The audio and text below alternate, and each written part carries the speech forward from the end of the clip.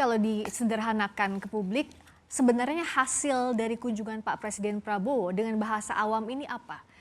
Tidak bicara soal hasil cepat yang sudah ada apa, tapi apa hasil yang bisa masyarakat lihat, Pak? Terlibat dalam proses transisi global ini.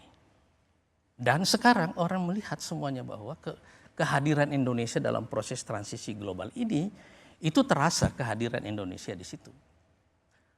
Saya juga berkunjung ke banyak negara selama 1 tahun lebih 1,5 tahun saya di sini. Tapi saya lebih banyak terlibat dalam perbincangan yang lebih tertutup dengan banyak pihak.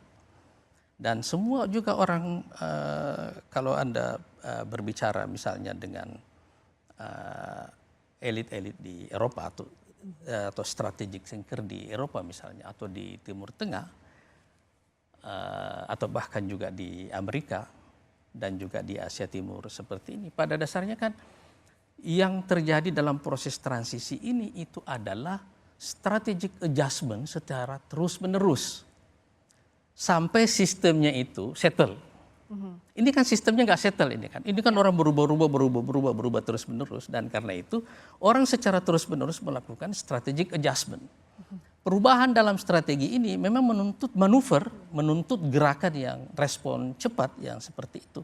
Dan strategic positioning itu dalam situasi seperti ini, itu adalah satu ijtihad yang paling rumit. Karena tidak gampang.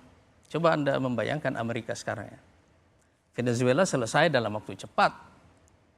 Iya kan? Kita pikir tadinya ada perang Amerika dengan Venezuela, taunya cuma penculikan presiden. Iya kan? Ya. Itu kayak belah duren itu loh, durinya galak di luar, begitu dibelah dengan benar isinya duren. Iran ini juga dipikir, saya kira Israel meyakinkan Amerika untuk terlibat ke sana karena alasannya bahwa ini operasi selesai dalam 48 jam. Kenyataannya kan kalau makan kedondong, manis mulus di luar, dalamnya ada duri, iya kan? Sekarang strategic adjustment yang mereka lakukan kan kita nggak tahu. Sekarang misalnya, apa yang dipikirkan oleh elit di Teluk tentang bagaimana mereka mempertahankan diri ketika basis-basis militer Amerika ini ternyata tidak efektif melindungi mereka dari serangan Iran. Sekarang apa yang mereka pikirkan untuk mempertahankan dirinya? Jadi saya ingin mengatakan bahwa pada dasarnya setiap negara di dunia sekarang ini sedang menghadapi satu situasi yang sama, yaitu situasi survival. Dan mode survival inilah pada dasarnya yang menjadi asumsi dasar dari semua kebijakan politik luar negeri presiden. Dan dalam kondisi seperti ini juga tadi bagaimana menyederhanakan apa yang hasil sudah didapatkan, sudah dijawab oleh Pak Anies. Tapi berikutnya bagaimana juga untuk mengukur efektivitas peran Indonesia, daya tawar Indonesia dalam proses transisi global yang sedang berlangsung ini, Pak Anies. Dalam kondisi yang rumit ini, seberapa Indonesia dipandang memang?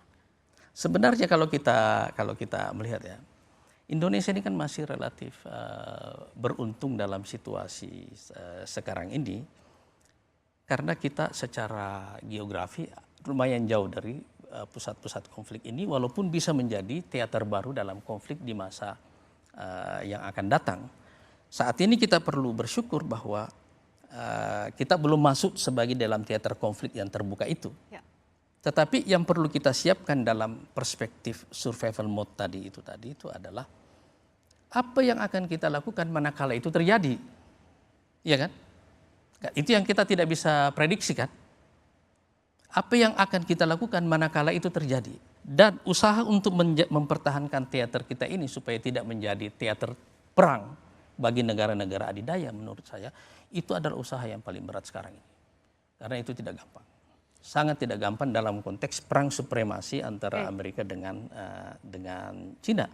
Jadi saya ingin mengatakan sebenarnya adalah kita perlu menjadi peserta yang terlibat secara aktif, terlibat di dapur, istilahnya di dapur global ini.